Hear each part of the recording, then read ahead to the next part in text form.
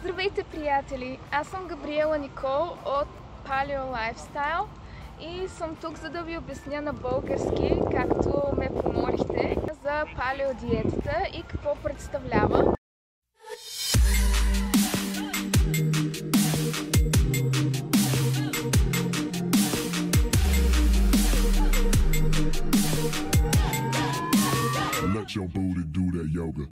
Палео диетата не е просто диета, а е здравословен начин на живот. Тази диета е особено добра за хора с метаболични заболявания, като например диабет, целиакия или синдром на раздразнените черва. Аз самата съм страдала от синдром на раздразнените черва, докато не открих тази диета.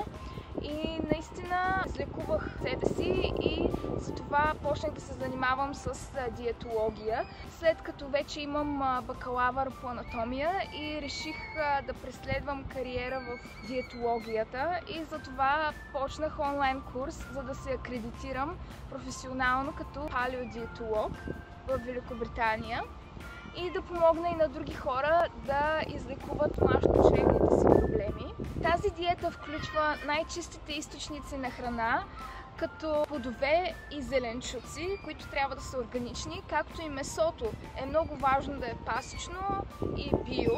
И освен това ядки семена и изключва всякаква захар, обработени храни, бързи храни, глутен, както и всички зърнени изделия и млечни изделия.